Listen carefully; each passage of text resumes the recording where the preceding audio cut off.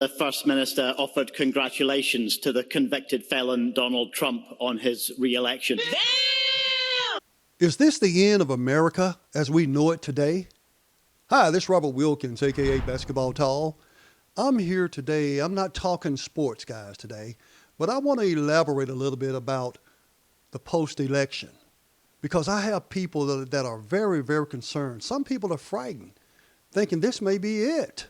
Some people even saying that this is also could be God's plan because how things turned out, it just seemed unnatural how it all came about. Some feel this may be a time like when the Babylonians invaded Israel and Judah and took them into captivity. But anyhow, I'm going to talk about 7 things I'm going to point out, and I want your input, what you think, because we're all in this ship together, baby. And your input, what makes the difference is your thoughts about this as well. Because a lot of people are concerned. You got a lot of people that are happy and walking around joyful and everything else. But then again, a lot of us too hadn't even thought about the consequences or voted against our own interests, actually. Voted against the interests of not just ourselves, but our families. So let's jump to it. Number 1, cozying up to Russia. That's a big concern for a lot of people. Russia used to be considered our enemies. Now, all of a sudden, they're going to be our friend. Think about that. You know, he also talked about he could stop the war immediately. So what does that mean? Taking aid from the United States that Ukraine no longer gets it, thereby they would have to settle? Out of all the people that have died and that the place is destroyed. So that's number 1, cozying up with Russia, which used to be considered our enemies. Now, all of a sudden, are they going to be our friend? Number 2, withdrawing from NATO. NATO, for 3/4 of a century, has protected the world's order.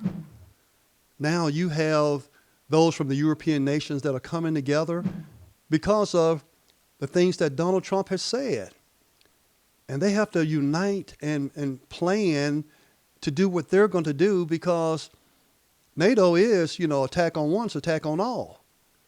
Could NATO consider us to be an enemy if we close up with Putin and North Korea and, Hungary and everybody else that are more of a totalitarian type state? Could NATO look at us also later as an enemy, a threat? Think about that.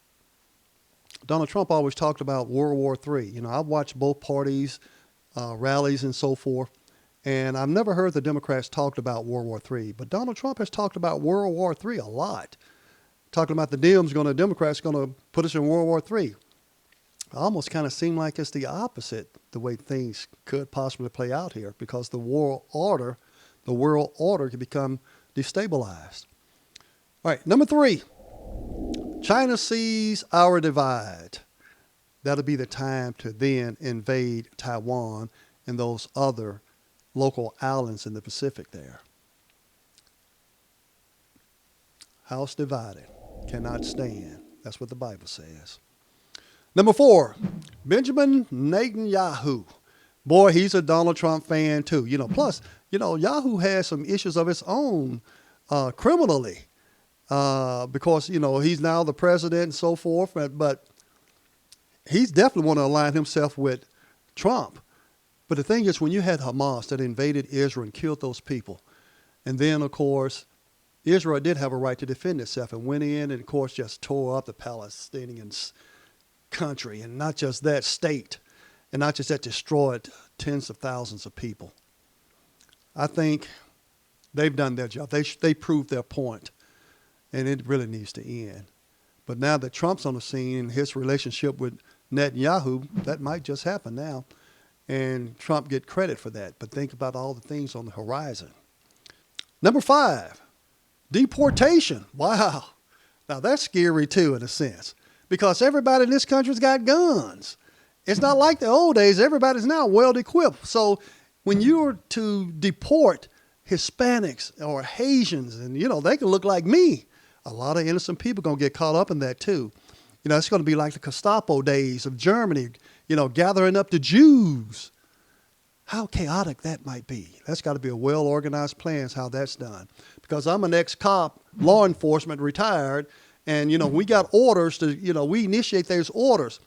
But how would it be? And the thing about it is, everybody's not going to do everything right. There's going to be some killings along the way, unfortunately. But because there's guns everywhere.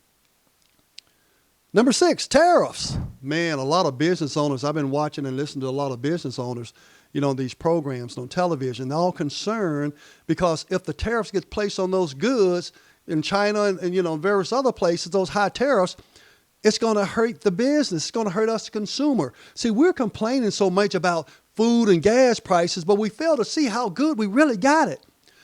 Post-COVID, boy, we got out of the COVID the quickest and we led the nation and things are good. I'm not starving. I'm eating well. I'm going wherever I want to go. And many of you are too. But we look at the little things, that's big and for some people, but we look at some things, we fail to see the big picture. What if this country is no more? There's no democracy. None of that matters then. It really doesn't. But anyhow, tariffs. Number 7, eliminating the Affordable Care Act. You remember Donald Trump, also known as, this is also known as Obamacare. You remember he's vowed from day one to get rid of Obamacare. Think about this. There are 50 million people right today on using Obamacare who may have diabetes, cancer, may even have high blood pressure, and also based on your age, might not get health insurance. Think about that. Might not even get life insurance because you got rid of it, but then we don't have a plan. If we go back to the old plan, that's hurting all of us.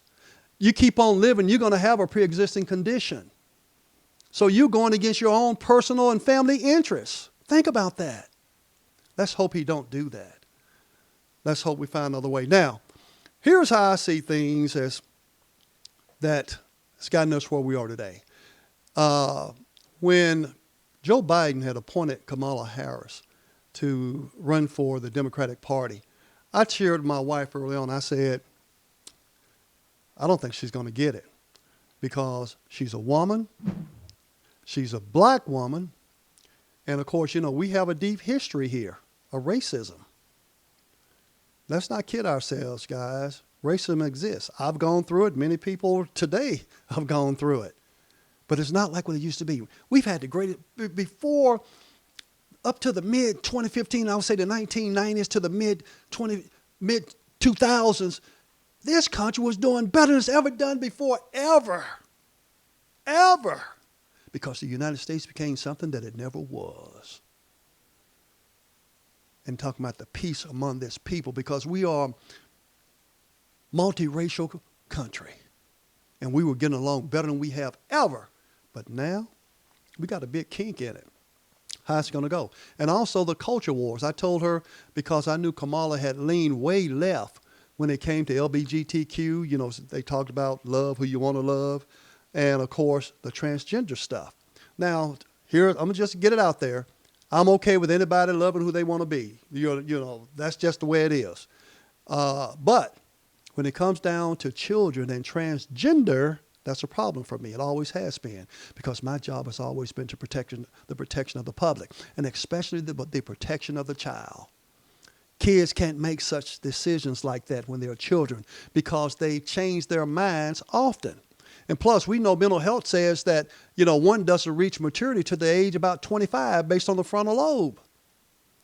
So we must protect children. Children shouldn't be going through the transgender stuff. Once they become 18, legal adult, they can do what they want to do, but not as a child. So I knew that was going to be an issue for her as well.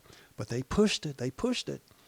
But I really thought she was going to win based on the momentum of everything, because Trump's rallies was more gloom and doom, and hers was all excitement, joy, and look to the future. And boy, weren't we all shocked. Yeah, we were all shocked. I think Donald Trump was even surprised too. Everybody was shocked because he said and did everything wrong, and he still came out controlled everything. It was unbelievable. But anyway, is this the end of America as we know it today? If you like what I'm talking about, go ahead. Give me a thumbs up for the algorithm. Share it with others so they'll be able to know and hear what you're seeing right now. And stay tuned, because there's more to come. Of course, I'm a sports channel, but I just had to talk about this today. Again, Robert Wilkins, aka Basketball Tall. See you next time.